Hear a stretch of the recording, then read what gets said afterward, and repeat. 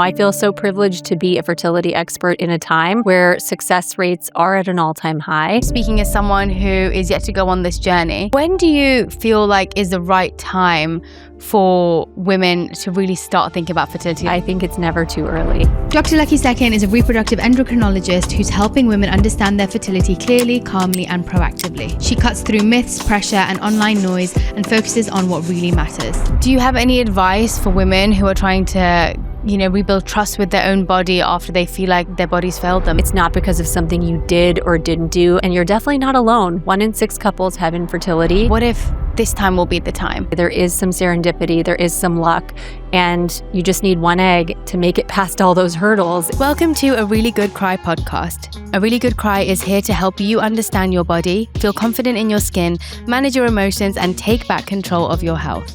Because growth doesn't always start with answers. Sometimes it starts with a really good cry.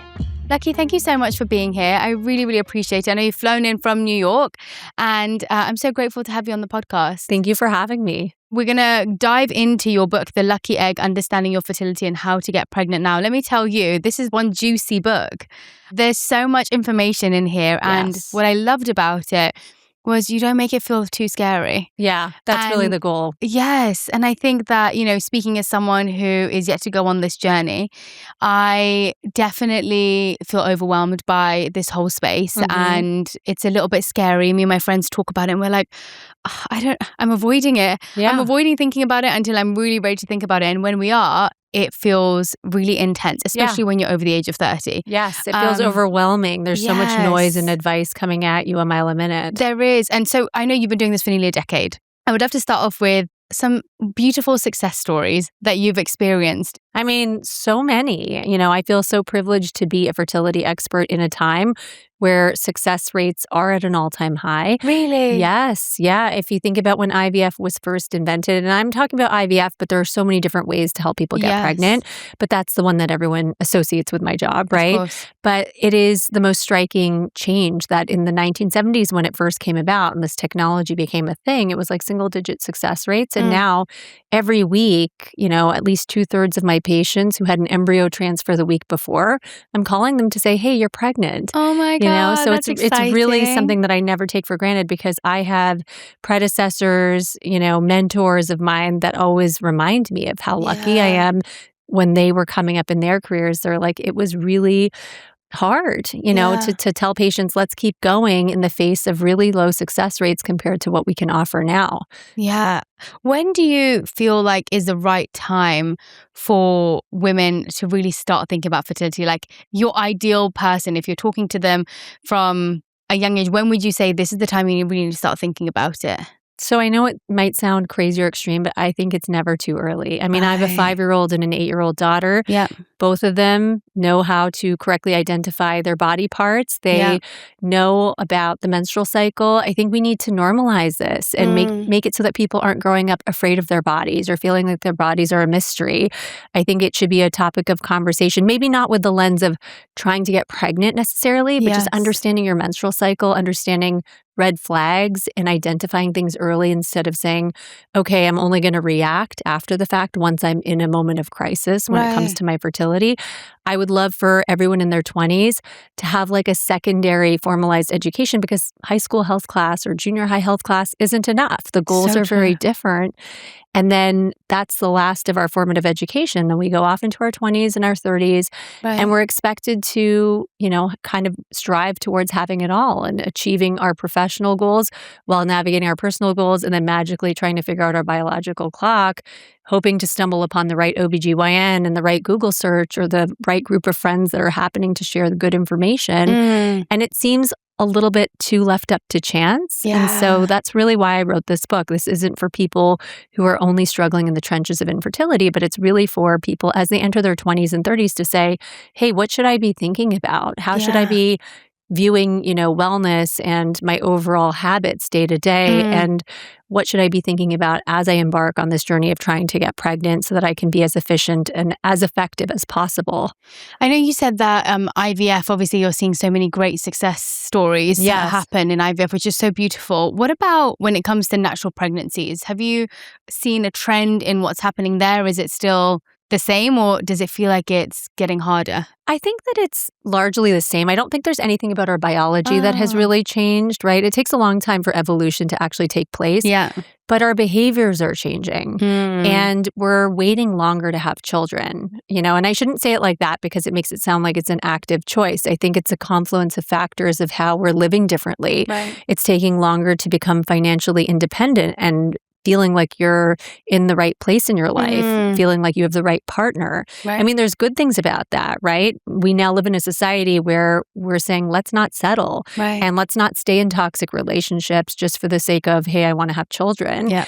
And there's technologies to try to work around that as well, right? Like women can freeze their eggs and say, I feel less pressured to stick with something that's not right for me. I'm going to listen to that voice inside my head and say, let me start fresh. And that would have been really hard to do as someone in their mid-30s or early 40s, maybe 20 years ago, where certain things weren't options, right? Like egg freezing. But I think, the average age of when we're starting to build our families has definitely increased. Just think about our mother's generation, our grandmother's generation. Yeah. And there's good things about that, right? Yeah. But our biology hasn't kept pace. And we're not really giving women the tools, the support, and the education, or even the access to certain techniques or strategies to try to work around that, or even just policies that help us to create space in our life so that we can achieve our dreams professionally and personally alongside each other. You mentioned lifestyle quite a bit throughout this and the things that we should be doing in our 20s and 30s. Would you say that fertility, from your experience, is mainly genetics? Is it mainly lifestyle? Is it, what are the main factors that are influencing fertility along our journey? So timing is really important on two different levels. One is the effective age, right? Age impacts our ability to ovulate a healthy egg. Right. And it's not all doom and gloom. It's not like, over 35, all of your eggs go bad. That's what society likes to tell people. Yes. But in fact, even in our late 30s and early 40s, you still have normal eggs that you can ovulate. But the ability to do that starts to shift, where it takes many more cycles for that egg that you need to ovulate to be the one that's selected randomly, because it's a random selection process that you cannot control. And it can take longer to get pregnant, and there can be a higher risk of things like miscarriage. So age is definitely a big factor, but also timing with regards to knowing when you're ovulating, right? And so for people who aren't getting regular periods and they never know when their next ovulation is happening, or they don't ovulate regularly, that can make it more challenging. And there are shifts in health in society. The rise in obesity has led to more and more people having a harder time ovulating regularly. So that indirectly impacts fertility as well. Genetics is huge. A lot of people aren't aware that if they have a first-degree relative with premature menopause, fibroids, polycystic ovary syndrome, which can lead to irregular cycles, problems like endometriosis, these are all major gynecologic disorders that can relate to fertility issues. And there can be a several-fold increased risk of you yourself having those issues if your mom or your sister or first-degree relative also did. So genetics can play a huge role in fertility. And are there specific tests that you recommend women do to, let's say, find out from a younger age if these things are an issue for them? Like, what would you recommend some of the symptoms are that they should look out for or tests that they should be doing? So starting with your period, if your periods are irregular, that's the first red flag. Right. That tells you that you're not ovulating regularly. And if you're not ovulating, you're not in the game, right? That means releasing an egg, so there's a chance for that egg to get fertilized.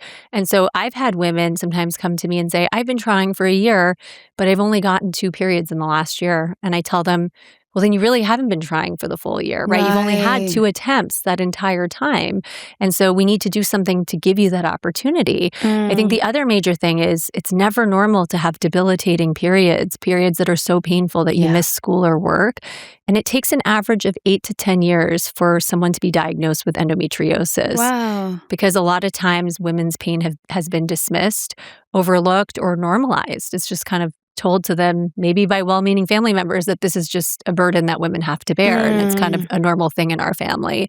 Heavy periods, that can be a sign that you have problems like fibroids. So I think really tracking your cycle and being intentional is important. You want to be in tune with your body, right? And then besides that, I would say Other things to look out for, we know maintaining a healthy body weight is really important for metabolic balance. There's this concept of insulin resistance, which you may have heard of.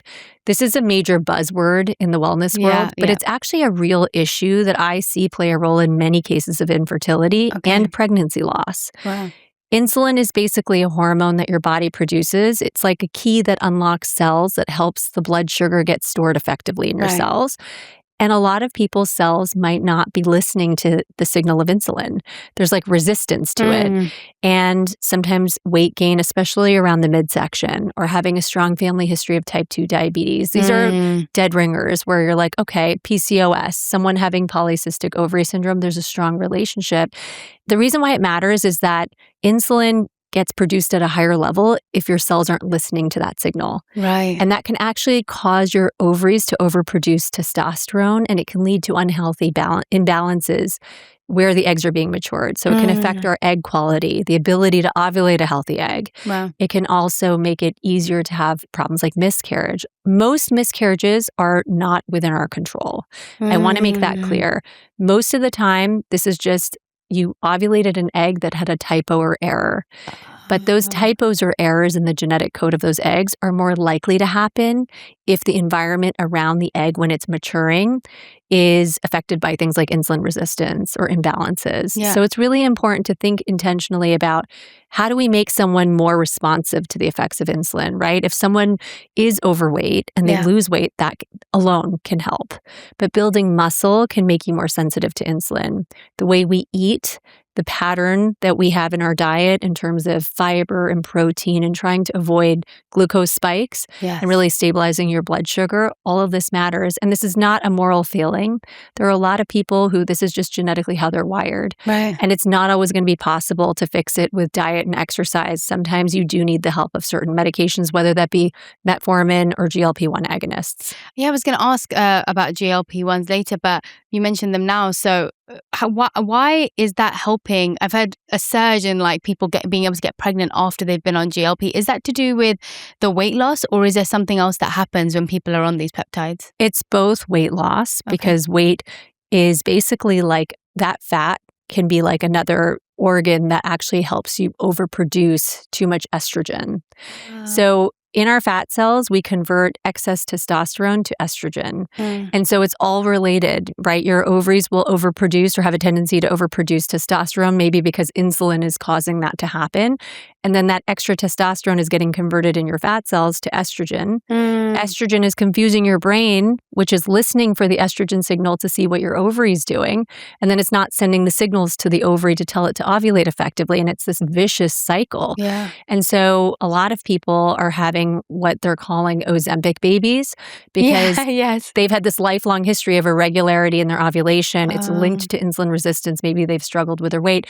Now they're correcting that underlying disturbance, and all of a sudden the signals from their brain are getting through to the ovary, and lo and behold, they're ovulating, and that was the thing that was making it harder for them to get pregnant. So it's helping a lot of people because it's a very potent way to help with weight loss and to make someone more sensitive to insulin, especially certain formulations of GLP-1 agonists. Does that have any benefit for people who have endometriosis, or is that issue completely separate to this? I think we're still in the research phases of this. You know, endometriosis is a different entity, but it is related to inflammation, and having too much insulin, and that insulin resistance I'm talking about is also a pro-inflammatory effect. Endometriosis is a really important one because it's such a quality of life issue, and there's so many different ways it can impact fertility. And no two cases of endometriosis are going to be exactly alike. It's very unique per individual, but it's basically a condition where the cells that act like the inner lining of the uterus that are supposed to build up and be hormonally responsive and then shed every month when you get your period are found in other parts of the body that they shouldn't be. Most often the pelvic cavity, and we still don't really truly understand the mechanism of why this happens to some people and not to others. We know that we all sometimes menstruate a little bit backwards. It's called retrograde menstruation through the fallopian tubes. And our immune system is like a janitor that goes around and kind of recognizes, oh, these cells are foreign, let's clean them up. But some people's cells may evade detection by their immune system, and it can set up shop. And the lining of your uterus is meant to be a little bit sticky and invasive. It's meant to receive an embryo and allow it to kind of burrow its way in. And it can really be effective at creating new blood vessels. And so what can happen is if it's in the pelvic cavity, it can start setting up shop and, becoming hormonally responsive. And every time you're getting a period, it's stimulating those implants. And what's really mysterious is that it can be found in remote locations, like it's been documented in the brain, in the lung cavity. Wow. But most often, it's like location. It's in the pelvic cavity, causes really painful periods. It can cause blockages in the fallopian tubes. It can make it harder for an embryo to implant. It can affect egg quality. It can cause your eggs to get depleted faster. But there are many women that have endometriosis that go on to have healthy pregnancies without any issue. But there are some women with mild cases that end up having major problems with fertility. So there's a lot we still don't understand about it, but we know that a huge mechanism of how it affects fertility is through inflammatory pathways. And we know there's a lot of information now coming out about how GLP-1s may help with inflammatory issues in our body in general. So you may have heard of people saying, my eczema got better while I was on a GLP-1 agonist. They're talking, about so many different potential off-target health effects. And I wouldn't be surprised if we find out that there could be a benefit for women with endometriosis. I'm hearing people or friends coming out and telling me that they've got endometriosis more than I've heard, in the past. Maybe it's just because they're more open about talking about it. But what are some of the tools, techniques, the medications, or the holistic treatments that people can do that you've seen have really helped them? Yeah, I think, the key is really trying to lead an anti-inflammatory lifestyle. And I know that sounds kind of woo-woo, but it is a real thing. I've had many patients with endometriosis, and I do think it's amazing that we're having this conversation, and that's why you're hearing about it more, because more and more women are going to their doctors and saying, you know what? I am going to keep probing and asking questions because it just doesn't feel right that it's so painful. And I think a huge red flag or hallmark sign that you could have endometriosis is a history of really painful periods. And then you went on the birth control pill, you shut down ovulation, you shut down that stimulation, and all of a sudden that pain went away. That is really endometriosis until proven otherwise, right? So I have had many patients who've tried different ways of eating, trying to adopt a more pro-antioxidant type diet, like a Mediterranean style diet. There are some supplements that have been touted as having anti-inflammatory effects and maybe being helpful. And a lot of this has been studied, but the reality is that a lot of the data on supplements is not from well-designed studies. And you're looking at different types of patient populations, and you don't always know what you're getting in each bottle of supplements. So I think it's harder to really put a finger on exactly what supplements are better for endometriosis. I think when it comes to medical management, that's usually the mainstay is, well, let's stop what's driving this, right? And so if someone says, I have debilitating cramps, I've been diagnosed with endometriosis. And by the way, the diagnosis, the gold standard way, is kind of invasive. You have to have a surgery where they go through the belly button with a camera and actually visualize and take a sample of the tissue that they think looks like endometriosis and send it off for analysis. That's not very practical to send everyone to the operating room just to get a diagnosis. And I think that you can make the diagnosis clinically and say, listen, it's probably endometriosis. Sometimes you can see it on ultrasound, but even if you have a clean-looking ultrasound with no signs of it, it doesn't mean it's not there. It can be insidious in the pelvic side wall. But a lot of times if someone's not trying to get pregnant, stopping their ovulation. And I know that's not a popular answer, and I think a lot of women are very angry and bitter, and rightly so, about maybe 10 years prior, 20 years prior, being in their teens and it not being explained to them clearly. We think you have endometriosis. This is why we're advising going on the pill. So I've had a lot of patients who are like, I went on the pill in my teens. I don't know why. It was never explained. And now I'm coming off of it and I'm having trouble with my ability to get pregnant. And I'm the one diagnosing them with endometriosis, when in reality, whoever put them on the pill likely suspected that that was what was going on. So I think it's about education and trusting women, even at a young age, to understand complicated things about their body and making sure people are as informed as they possibly can be. Sometimes medications isn't going to cut it. And that's where surgery could have a role to say, okay, let's have you go see an endometriosis expert. This is what they do all day, every day. And they can do it via a minimally invasive approach and remove those endometriosis lesions. And it may help to improve your pain and even help to improve your fertility. Wow. And I know you mentioned regular periods being such a good sign of, good fertility. So is regular periods would you say that if you have a regular period, you have regular ovulation? Pretty much, yes. But sometimes it can be tricky because some women will have problems like polyps in their uterus where they're getting cyclical bleeding or irregular bleeding and maybe mistaking that to be their period. So I think it's really about having that regular characteristic period, like, 3 to 5 days of bleeding. It's different for different people, but I think it's not always clear to every patient. And so I think keeping a menstrual diary and really writing everything down so you can go to your doctor with objective data. In general, though, what goes up must come down. And I always say when you ovulate, your progesterone levels rise. And then when they drop, your lining breaks down. So that's usually why you're bleeding, is because you ovulated in the preceding cycle. Right. But bleeding can happen for a variety of reasons. So if anything feels off or it feels like it's not a normal period, it's possible that it isn't. And I'd say the first step is getting a pelvic ultrasound to investigate. What other kind of tests do you think that women should be doing regularly? Should they be getting their hormones checked regularly? And if so, what kind of hormone levels should they be asking to get checked? I'm not a big believer in you need to go in every year and check your egg count. Yeah. But I think everyone could benefit from getting it checked at least, once or twice in their 20s or early 30s. Okay. I am a big believer in getting at least one pelvic ultrasound. And this is not a guideline-based recommendation. This is just my observation as a fertility doctor who has seen so many women of varying ages where I'm often the first one diagnosing problems like fibroids or that they were born with a uterus that has a different shape than the average person. Right. And I think that all too often this is only coming up because they're coming to me with a fertility issue and then I'm investigating.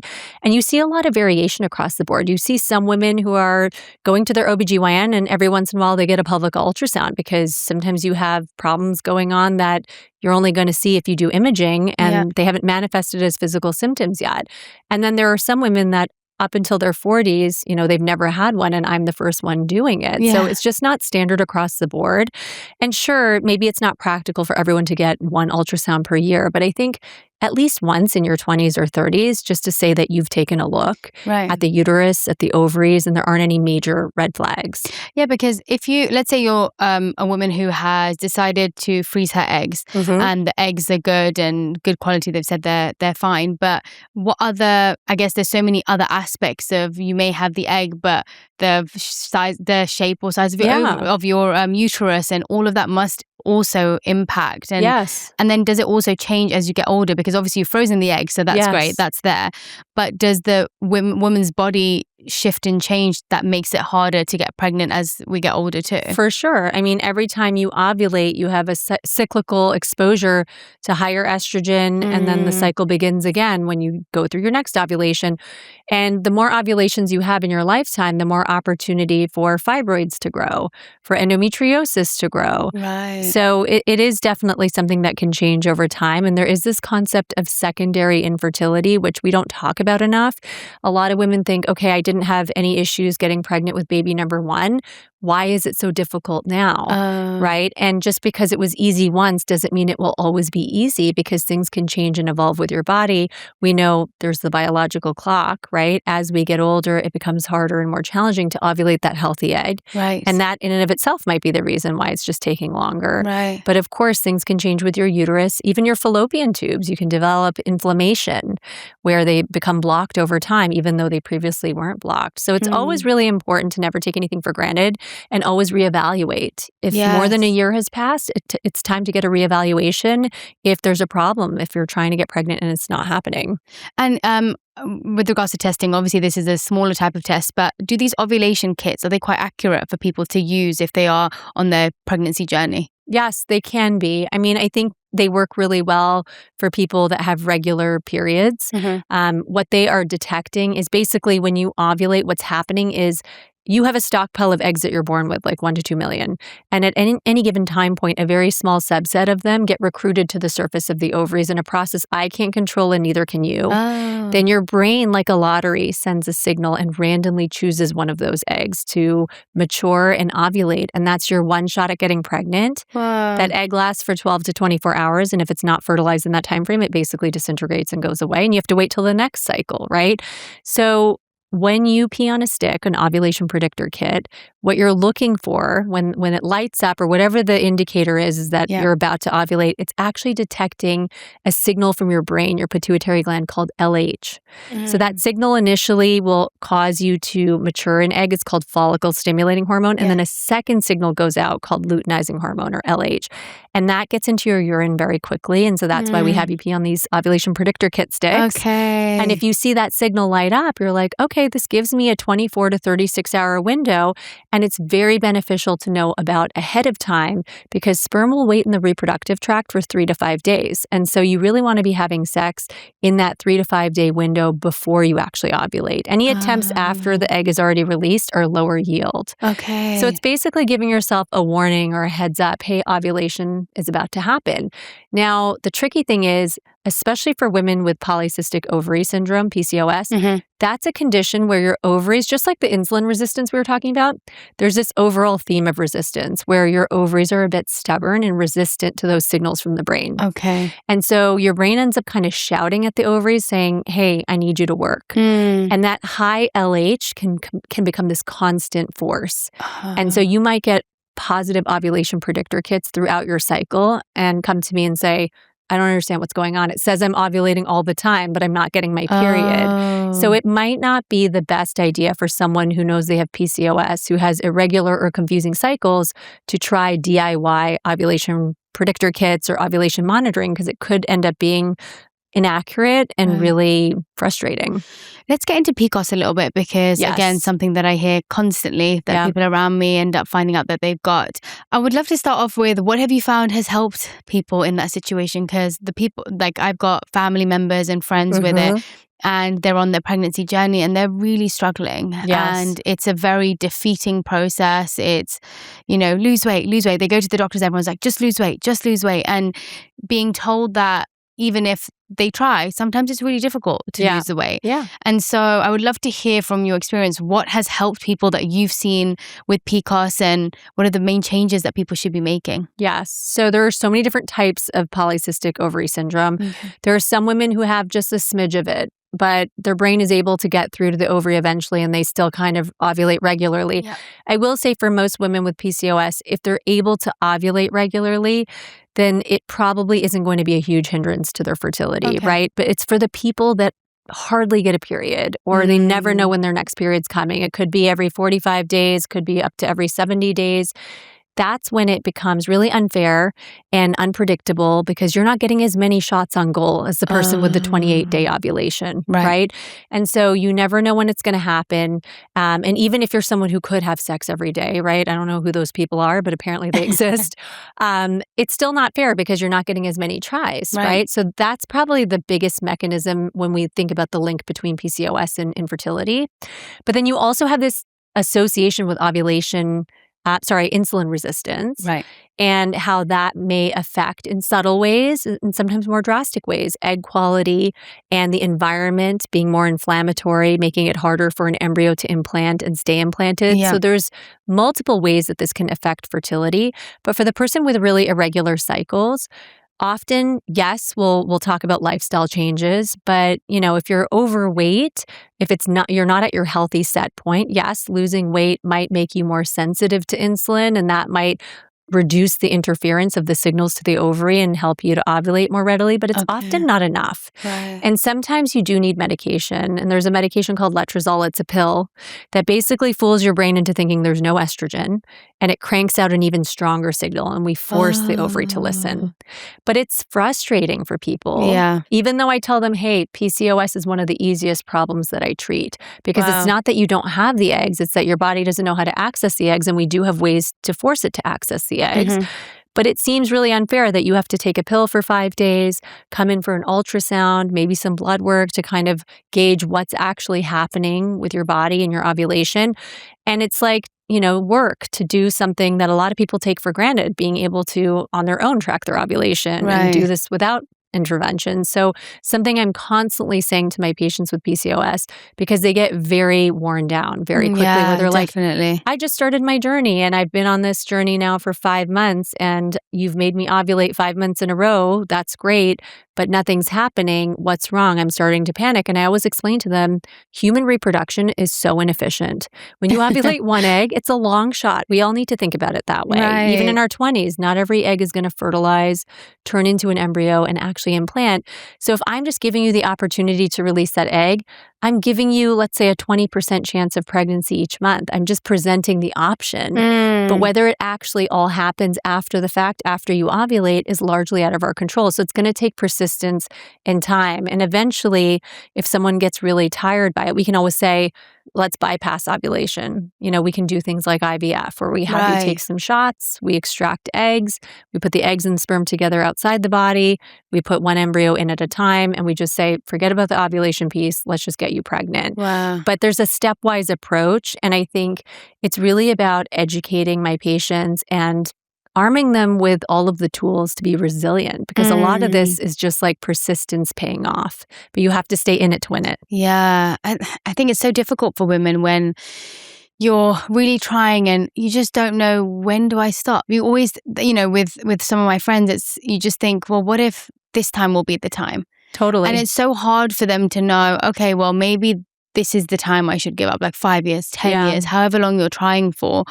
It's so hard to put a stop to it, because you always live in that hope, because you also want to believe that your body is capable of that. Right. And I've seen such miraculous things happen. When you were asking me earlier, what are some of your favorite fertility stories? I mean, I was talking to one of my dear friends today. She's publicly shared her journey, and I told her I was going to give her a shout out. But Jordana Abram, she has her own podcast about, infertility and her journey with infertility. And she just had twin girls after a really harrowing journey with infertility and pregnancy loss. And, she actually kind of gave up on the idea of trying to carry on her own and pivoted to surrogacy. And the surrogate got pregnant. And then she wasn't even really trying, wasn't in the midst of IVF for her own journey. And miraculously got pregnant. No way. So she just had 2 babies, like within the span of weeks, 2 baby girls. And I guess they're called like twiblings, because they're kind of like twins, but she carried one and the surrogate carried the other. So sweet. And it was just so fortuitous. And it's actually why I called my book The Lucky Egg, is stories like this, that even when the stats are stacked against you, the odds are stacked against you, you've tried everything. Sometimes, science can get you very far, but at the end of the day, there is some serendipity, there is some luck, and you just need one egg to make it past all those hurdles. And despite all of the science and the predictions, at the end of the day, it worked for her. And I think that those stories give a lot of hope. They really do. I think people need to hear those, because there are so many of the other stories, and you need those little glimpses of hope that kind of get you through the next, if you're doing IVF, the next cycle and the next cycle after that. There's more than one way to get there. Yeah. And I think, while you don't always have a clear defined path, and I don't have a crystal ball, trust me, it would make my job so much easier if I did. I think that the key thing that I can do is really coach and guide my patients and give them my honest professional opinion about when it's time to pivot, but also leave the door open for, there is no finality in all of this. Like, you can't always predict what's going to happen. All we can do is take the next best step based on the information we have at hand. Yes. I'd love to get into natural fertility for a bit and then move on to IVF. But what would you say? Because obviously there's so many things that are out there of, you should try this for fertility and you should be eating this and doing this. What are some of the lifestyle changes you think that matter most, if there's any that you haven't already mentioned? And which ones do you think are a bit overrated and don't really make much of a difference? I think lifestyle plays a huge role in our general health and in our fertility. And I think the best way to think about it is in simple terms. Whatever is better for heart health tends to be better for your fertility. Right? So when you think about exposures to avoid, that's the easy place to start. Smoking is never good for fertility. Right. And it's not good for your health in general. We know that it depletes your eggs at a faster rate. It is associated with going into early menopause. And if you're in menopause, it means you've run below a critical threshold of eggs. You're not able to ovulate. And if you're not ovulating, you're not in the game. And if it's because of a quantity issue, there isn't very much that I can do to work around that. I need eggs to work with, right? And you're just born with the amount of eggs that you keep your whole life, right? Correct. Yeah. And things like genetics, age, we know as we get older, we lose eggs at a faster rate, but also toxic exposures, including smoking, can accelerate that process. Okay. Drinking, right? Alcohol, especially the threshold that has been kind of looked at in the overall pattern that has been established is that less than 4 drinks in a given week is kind of associated with better outcomes versus more than 4 drinks, moderate to heavy drinking. When it comes to diet, the best diet for fertility is usually the boring one, right? Yeah. Like there are all these fad diets out there about, keto or carnivore diet. Yeah. Anything that's extremely restrictive or very one-sided and doesn't involve a lot of variety is not something that I would ever recommend to my patients. Yeah. And it's shocking how much that is pushed and recommended when you look online. A Mediterranean-style diet is always going to serve your health better, whether it be your heart health or your fertility. So that means, lean proteins, healthy sources of fats like nuts, seeds, avocado, eating the rainbow. Like this is such common sense stuff, but it's actually been proven in the data that this seems to be associated with better pregnancy rates, whether trying on your own or looking at women who are undergoing treatment. Yeah. Exercise is so important. Movement is medicine, and 150 minutes of cardiovascular exercise per week, but also resistance training and doing kind of a mix of everything. But I think building muscle, because again, that makes you more resistant to the effects of insulin, which is really important for your overall health and fertility. Yeah. Sleep.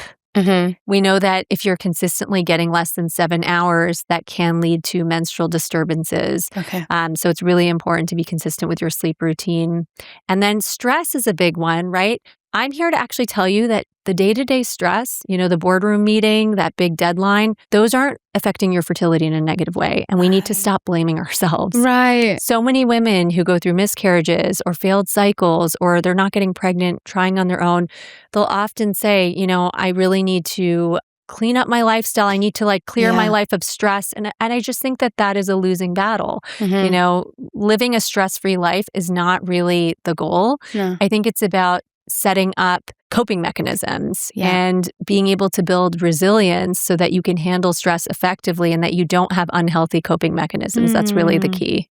I think even though you said, it's all the basic things that we already know, even if it is basic, it's so needed to be reminded of every single day because yes, of course we're told eat your vegetables, but are we eating our vegetables? And we're told to exercise for this many hours, but are we actually doing it? And right. A lot of the time it's the simple stuff that people struggle with the most because getting a takeaway and eating something deep fried might be a lot more convenient.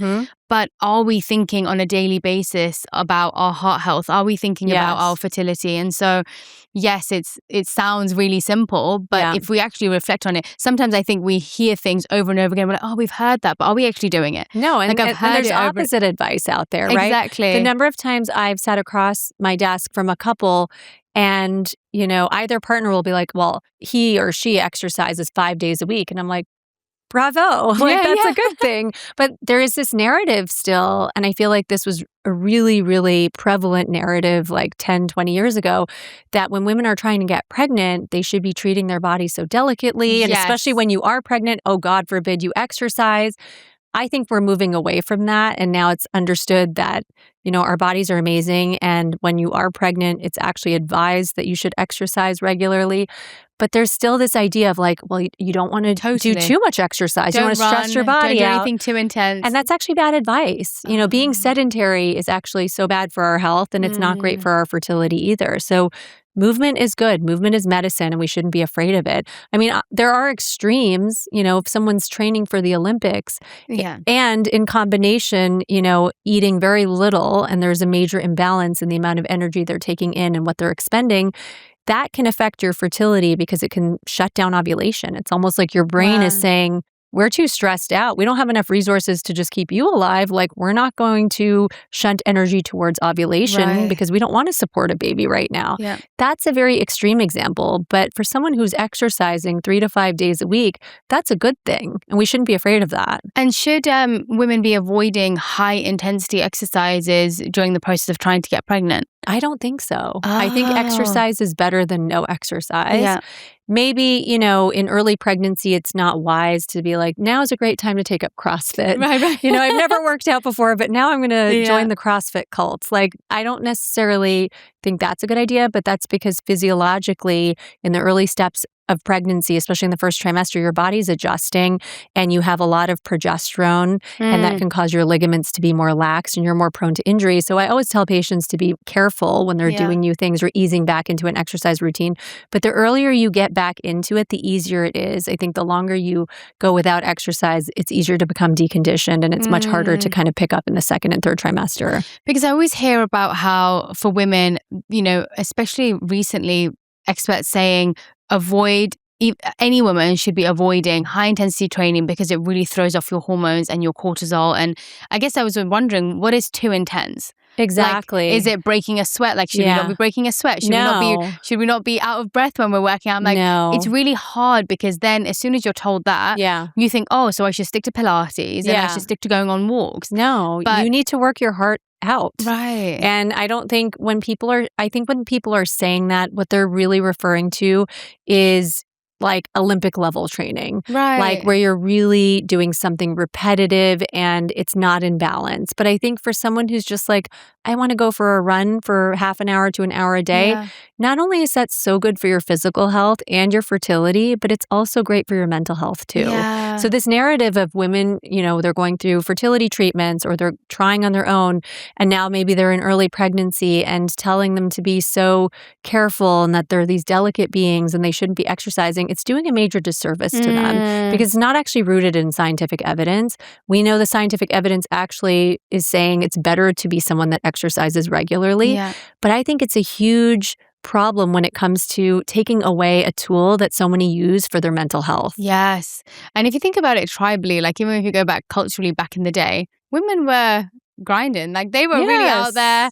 They were picking the fruits, they were going out, they were foraging, they were doing so much. Not working desk jobs. Yeah, exactly. They weren't sitting around for that long. So I imagine moving your body, all you're really doing is a 1 hour to maybe 2 hour workout. You're counteracting all of the sedentary other hours of the day, right? It's really important. I'm here to say that that's not a thing. Okay, good to know. Are there any foods that you recommend when someone is starting to try and get pregnant? Are there any foods that you're like, you know what, this has actually been found to really help on this journey? Or is it generally just the Mediterranean diet? It's more the pattern of eating. There isn't, I think one of the biggest fertility myths is that there's this set formula, whether it be a superfood or, a particular set of supplements that are guaranteed to reverse the biological clock or a guarantee that you're going to get pregnant faster than the next person that's not doing those things. Yeah. That's not true, right? There isn't a single thing that falls within that bucket. I think it's more of a dietary pattern. I think variety is always good. Yeah. When you think about the major top nutrients, like folate is really important from leafy green vegetables. We also say to take folic acid as part of your prenatal vitamin because it's actually very important for preventing a certain type of birth defect that affects the spinal canal. And that's why a lot of the American diet is actually fortified with folic acid. But taking, folate through diet as well as a folic acid in your supplement, omega-3s, these are fatty acids, healthy sources of fats that you don't produce naturally in your body. And you can get them from nuts, seeds, salmon.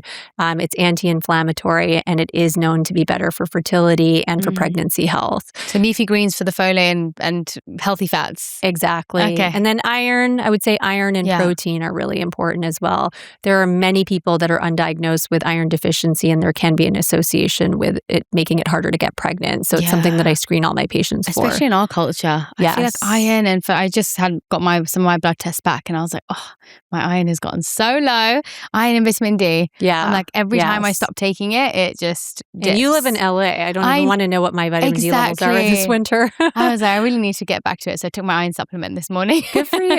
I wanted to ask about supplements because you just mentioned them. Yes. prenatals. Do you have any ones that you recommend, and what's your view on them? So I try to stay away from recommending any particular brand as a doctor, right? Okay. Because I think it's important for me to not be biased in that regard. But always, I think one that contains folic acid. If you go to the American College of OBGYN website, there's actually a list of nutrients and amounts of nutrients that are the daily recommended amount for women who are trying to get pregnant or in the first trimester. Yeah. And so whether you're getting that from diet or from supplementation, I think it doesn't matter how you're doing it, but it's really important to try to hit on all of those major vitamins and micronutrients. Yeah. When you think about other supplements that have been looked at, first of all, correcting any known deficiencies. We already talked about it a little bit, like iron, vitamin D is another one that plays an essential role in many aspects of human reproduction as well as early pregnancy health. Yeah. And so many of us are vitamin D deficient. Yeah, for sure. So I would say start by correcting deficiencies. If you have a B12 deficiency, a lot of times the earliest sign of these things is looking at a complete blood count and seeing, okay, some of your levels are off. And you can indicate whether that's actually causing anemia or whether there's just subtle changes in your complete blood count. Yeah. That may lead down a further line of investigation to say, hey, are you deficient in folate, vitamin B12? Are these things that we can correct with supplementation or changes in your diet? Coenzyme Q10 is probably one of the more studied vitamins when we think about supplements for fertility. And it's an antioxidant. It doesn't have the perfect data that I would love to recommend it wholeheartedly, but it definitely has a pretty favorable side effect profile. Doesn't seem to have a lot of interactions with medications or major side effects. And there are some pretty well-designed studies, large-scale studies that have shown a relationship between taking 600 milligrams of coenzyme Q10 a day and higher pregnancy rates in women undergoing treatment. So it's specifically been looked at for a lot of women who may be older or are dealing with diminished ovarian reserve. But it's not the end-all be-it-all. And it's not something that I'm like, this isn't going to work if you don't take this. But it's probably got the most evidence behind it versus some of the others. And in my book, I have a whole table where, and this was the chapter that the writing almost killed me because it's really depressing as a doctor, as someone who's scientifically minded, to comb through so much bad data. Right. I was just like, I can't believe this is touted to be like the end all be it all of supplements. Meanwhile, there's like hardly any human studies, right? So this table goes through all of the different types of supplements that have generated any buzz when it comes to improving male or female fertility. And I put, how is this proposed to actually help? Because a lot of people are taking these things without even knowing what is the proposed benefit. What is the typical dosage that's been taken and recommended? What do the studies actually show? A lot of the studies show really little effect or are really poorly designed or have really small numbers. So when you actually look through it, I think that gives you the necessary context and information to make informed decisions. I will say there isn't one single supplement that I'm like, this is vital. And if you don't take it, your fertility is going to be doomed. That just isn't a thing in my field. Okay, good to know. I think that'll help a lot of people feel at ease about it. I'd definitely move on to egg freezing. I know we mentioned it earlier, but first of all, there's obviously egg freezing and then there is embryo freezing. Now, is it two different processes that a woman has to go through, or is it pretty much the same process that both entail? So it looks same for the female partner, right? So the first step to egg or embryo freezing, and these are the two methods that we know of that are effective at trying to preserve someone's fertility for the future. The first step looks the same, and it involves trying to go in and capture a bunch of eggs, basically salvaging them. Remember I said at the beginning that there's a stockpile of eggs that you're born with? At any given time point, only a very limited subset of eggs are allowed to escape from that pantry, so to speak. And it's almost like rationing. That's why I use the word pantry, because it's like your body allows you to release only as many as you can afford to release. So earlier in your life, when you have more in your stockpile, you bring more to the surface. And later in life, when you have less in your stockpile, because we don't make new eggs over time, you can't regenerate eggs, then you bring fewer to the surface. Now, when I do an ultrasound on someone and I'm looking at their ovaries and I'm counting those bubbles of fluid that we call follicles, those are the eggs that were pulled out of the stockpile. And so counting them only matters if you're going through a process like an egg retrieval for fertility preservation or for IVF to overcome infertility. And the first step is taking shots. The shots that you take for 8 to 10 days approximately are mimicking that same signal your brain sends to the ovary to get one of them to normally mature and then later ovulate. Okay. But we have you take those shots at a slightly higher level in an effort to select everything that's been pulled out of the stockpile. So the first step is you want to mature them. And just like when you have a banana that ripens, it's easier to peel. When a follicle becomes larger, the egg inside of it is more likely to be mature and capable of being fertilized by sperm one day. Okay. So we're bringing you in during the course of these 8 to 10 days of shots, which you're typically taking at home on your own or with the help of a nurse, right? And then you're coming in for periodic monitoring visits. These are usually done early in the morning so that we can get same-day results, where we're doing a scan and blood work, engaging how is your body responding. And at a certain point, we'll say, okay, it looks as good as it can possibly get. I think we're going to capture as many of the eggs as we can. Let's go in and get them out. And that is a very minor procedure. It takes 10 minutes or less. You're put to sleep with light sedation through an IV. An anesthesiologist is watching the entire time. And all we're doing is, if this is the vaginal canal going to the uterus, right, the ovaries sit very low down on either side. Under ultrasound guidance, we kind of angle the ultrasound this way, and we use a long, thin needle. And under ultrasound guidance, we're basically popping each bubble and just draining the fluid to pick up the egg from each one on either side. So there's no incisions on your abdomen. This is not a major surgery. And you wake up in the recovery room, and I'm speaking from experience having gone through this. I did embryo freezing with my husband at 34. I woke up in the recovery room like, I can't believe it's over, you know? And it felt like the best nap of my life. I woke up crampy, kind of tired, went home and slept for 5-6 hours. And that day, they can take the eggs out, and we can either freeze them as eggs, which are a single cell. So you can't actually test the quality. You can just know, hey, I have some mature eggs, okay? And you can freeze them. Or if you have a partner or you want to do this with a sperm donor, we can take sperm and we can inseminate those eggs. We can put them with the eggs and fertilize them. Let them grow for a week. And as they're growing, they're separating into 2 cell types, cells that become the baby and cells that would one day become the placenta. If that's an embryo that implants, we can even remove some of those outer cells and send them off for genetic testing or not and freeze them at the embryo stage.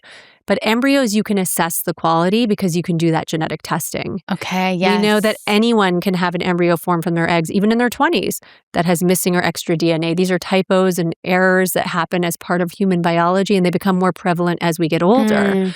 But that's the advantage of embryo freezing, is that you're further along in the process. Not every egg that you eventually thaw and fertilize and try to turn into an embryo will get there. Right. Because again, human reproduction is inefficient. And that inefficiency isn't magically solved for just because you're doing this high-tech process. So when you think about freezing eggs, I wouldn't even call it an insurance policy or a backup plan. I would call it a head start. If and should you ever need IVF in the future, how lovely is it to be able to say, well, we have a larger cohort of eggs than what I'm typically going to be able to get in one round of effort now at this older age. And they should have a higher conversion rate from eggs to healthy embryos because they were from when you were in your 20s or early 30s versus now. And so it's not to say every egg will be guaranteed to be successful. So having enough eggs based on the age you are when you freeze your eggs is really essential. And there's a lot of unknowns that you're willing to accept. Right. For flexibility, though, because you can come back and use those eggs with whichever partner. Once you turn them into embryos, you're not able to undo that. So you're kind of committed. So you make it sound like much more of an easier process than I felt, because so many of my friends have been like, I've been considering it, but I'm not sure. Yes. And it feels like a scary process, but it's essentially a 15-day period that you're 2 going weeks. through. Yeah.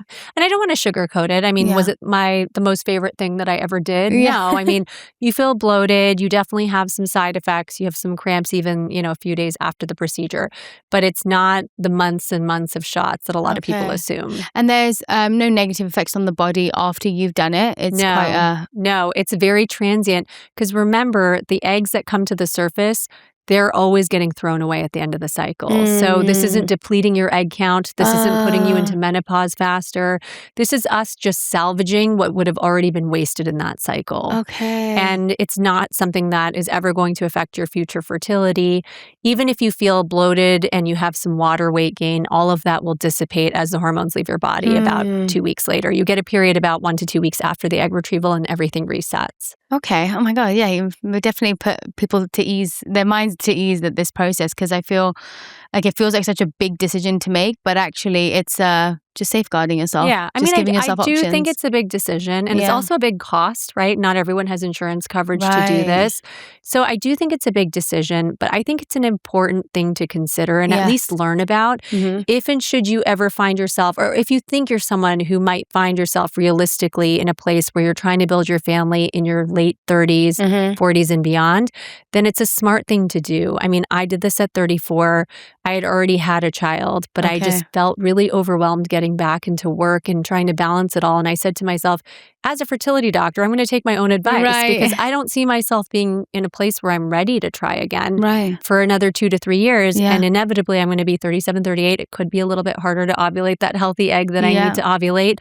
So let me do this. And I'm so glad I did because I did end up having secondary infertility. It was harder for me to get pregnant. It wasn't surprising as to why, but I was less stressed and I felt really at ease with the fact that I already had done the hard work of creating the embryos. Yes. I would love to move on to IVF. What do you feel is the biggest misconception that people have about IVF? I think there's a lot of fear, right? So you already talked about, oh my gosh, how long is this going to take? How invasive is it? How hard is it?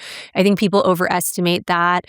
I think there's this idea of like IVF long haulers. Like there's all these people that you hear these nightmare stories of, oh my gosh, they've done so many cycles. And sometimes I think my patients will say like, I want to try this, but I don't want to be someone that's doing cycle after cycle after. And I'm like, you're not signing up for that. I mean, you're going to try this and then let's see what the outcome is and then make a thoughtful decision depending on how you felt going through the process, what the results were, how much progress we made. Is this something we need to try again? Yes. Some people get what they need out of the first round of IVF. There are many people where it takes more than one round because not every egg that they extract is going to fertilize, grow into an embryo. And sometimes if you're starting with a small number or you have significant egg quality issues, you may end up in a position, and I did for one of my cycles when I was trying to do this just preemptively, where I only had 2 eggs retrieved and none of them turned into embryos. And that was a cycle where I had nothing to show for it, right? So that can be really difficult. And I think people sometimes go into IVF thinking the success rates are really high, so this is going to be the solve. And they might be blindsided to find out, hey, it didn't work and I need to try this more than once. So I think it's a balance of don't be so overly pessimistic and assume you're going to be sucked into this IVF world where you're just going on this nonstop train of IVF. No, you can make thoughtful decisions. There's no like, you're not like a passive. You get to choose at each stage. Exactly. And there should be an ongoing conversation with your doctor, not just something that you're like a passive passenger in all of this. But also, it's not always rosy. Like sometimes it takes time, and while science has gotten us very far, it's not the solve. You know, sometimes it takes more than one round to get there. There's a lot of fear around IVF and this misconception that it could cause breast cancer. That's a huge one as well. And that's just not a thing. You know, the data shows that there isn't a relationship between women who have done a round of IVF, even several rounds of IVF, who have been followed for decades in their lives. They don't have a higher risk of developing breast cancer. There is an underlying risk factor where we know that the more ovulations you've had in your lifetime is related to risk of breast cancer. And so I think there might be with or without IVF. Correct, right. But I think when people initially used to ask this question, you know, if you're looking at a population of patients going through IVF, they might be older at time of first time that they're trying to get pregnant. So there's a lot of like confounding variables and things. And when we've looked into the data and we've looked to countries like Denmark that have done a good job of keeping registries and following long-term outcomes, you know, IVF is very safe in the long term. It's not going to impact your fertility and it's not going to impact your risk for things like breast cancer. And are there any holistic treatments that you recommend alongside when people are getting IVF, like acupuncture or anything that you've noticed has helped along that journey? I think acupuncture has been a wonderful tool for a lot of my patients. Now, I'm going to be forthcoming and say that there isn't one singular study that's well-designed, large, that's like, this really moved the needle, pun intended, in pregnancy rates for women. but it's certainly not harmful. And I do know that a lot of my patients find it very relaxing. They feel like it helps with stress relief. It helps them feel less anxious. Yeah. Maybe some of it is placebo, but the idea is that it can improve blood flow to certain areas of the body. Yes. This is an ancient form of Chinese medicine. Yeah. We don't always know everything there is to know. I've gone to acupuncturists for migraines, as a Western medicine doctor. Yeah. So I don't think there's a downside. I think if there are things that aren't going to hurt and could be helpful, even if it's like on a mental health front, then I'm all for it. Why not? Yeah, exactly. Talking about mental health, I feel like, we mentioned the women who have tried and they just feel really betrayed by their own bodies. Yes. Do you have any advice for women who are trying to, rebuild trust with their own body after they feel like their bodies failed them? Like how to rebuild that relationship with their body after something like this? Yeah. I mean, I think the first thing is, and you have to drill this into your brain because trust me, as an expert who tells women this all day, every day, when I went through my own fertility journey, it was such a human nature knee-jerk reaction to automatically look inward and blame myself. And so I'm here to tell you it is not your fault. Whatever you're experiencing, it's not because of something you did or didn't do. And that may be confusing coming off of, our conversation about lifestyle. Yeah. But in reality, age, timing, genetics have much more of a weighted role in all of this than the things that you can control. And it's not fair. This is a hard thing to uncouple in our mind because so much of our life is about the effort we put in and then seeing the product, right? And fertility is not one of those things. And I think you can set the conditions as much as you can. You can put your best foot forward as much as you can, but it can be really unfair and it doesn't discriminate. So it is not your fault, and you're definitely not alone. 1 in 6 couples have infertility. There are so many women, at least 10% of women have endometriosis, 10% of women have PCOS. There's a reason why we're talking about this so much, and it's because we're blowing the lid off of all of these issues because I think there's a revolution where women are like, we're tired of being, so secretive about something and feeling ashamed of our bodies. It's time for us to openly share and change the narrative because it really isn't our fault. And I think there shouldn't be pressure or a rush to heal. It's going to be a natural process. And I think something we don't talk about enough is the journeys that don't end in a baby, right? We've seen people like Jennifer Aniston, high-profile people share that they went through their own fertility journey where they tried, and despite all of their access and the resources that they had, it wasn't successful. And I think people really lauded that and thought, wow, if this can happen to her. And this really shed light on this issue because there is a bias towards sharing the positive endings, the happy endings and those stories because that's uplifting and what people want to hear. But this doesn't always work for everyone. And I think there is often a way to overcome issues if you're willing to pivot. There's usually a way for us to help you get there. But sometimes there can be really difficult circumstances, and sometimes people aren't open to all of the different options. It's really your choice, and you're entitled to the vision of what you wanted for your family building journey. And I don't think that it's helpful to tell people, well, you can always use donor egg, or you can always adopt, or you can do surrogacy. It's easier said than done. There's such an emotional tie to... Yes. It's so much deeper than just the baby itself. It's like how you feel about your own body. It's correct. How a woman feels her responsibility is or her duty is. Like there's so much their identity. Identity. Yeah, exactly. And sometimes you have to do a lot of work to undo that. Yes. And realize that you're more than your fertility. I think that's really hard, especially in certain cultures, but just the culture of women. Yes. Like in society, even now, it's so hard for women who've been brought up thinking that this is the natural progression of life and this is how it should be. Yes. To really uncouple themselves from that. Absolutely. And I think the burden shouldn't be on them. I think it needs to be on society, right? When are we going to stop asking women, are you trying? Totally. When are you going to start trying? It's like you don't know that person's backstory. My comments probably like every time I post. Oh my God. I'm like, okay, I get it. Yeah. You guys want to see a baby? Have your own. No, I've become so hypersensitive working in this field that sometimes I'm in the line at Starbucks and I'm like overhearing someone's conversation just cringing, Totally. I think that people, even who aren't in the fertility journey, could benefit from reading my book because there's a whole section on how to be a sensitive partner or family member or friend, how to best show up for the people in your life that are facing this challenge. Thank you so much. This has been amazing. I really appreciate all the insight that you've given, but also just the hope that you've probably shared with so many people that are on this journey of whether it's fertility, whether it's trying to get pregnant. You know, there's so many steps to this. And I think you've really helped not just, you know, go through it here, but in your book. It's such a, I mean, it's a hefty book and it's just filled with so much goodness that's so useful for so many. I promise it's an easy read. No, though. It is. It's such an easy read, but I really appreciate how in detail it is. Like, we need this because there is so much to it. And I think it's really important to have all the knowledge you can possibly have to then feel empowered. Like, knowledge is power. And to have that about your own body as a woman is just so important. Absolutely. Something we see a lot online is like clickbait.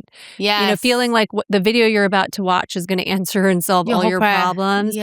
And I really wanted to create a resource that actually in detail answered people's questions, right? And this goes beyond the character limit on a caption or the 3-minute limit on an Instagram reel. You just can't give that level of nuance and detail. And so that's why I wrote this book. Our bodies are way too precious and complicated to be able to do it in that amount of time. Exactly. I think this is like a health class 2.0, and I hope it'll help a lot of people. Thank you so much, Lucky. I really appreciate it. And for anyone listening, go get your copy of The Lucky Egg, Understanding Your Fertility, How to Get Pregnant Now by Dr. Lucky Sekhon. Thanks. Thank you.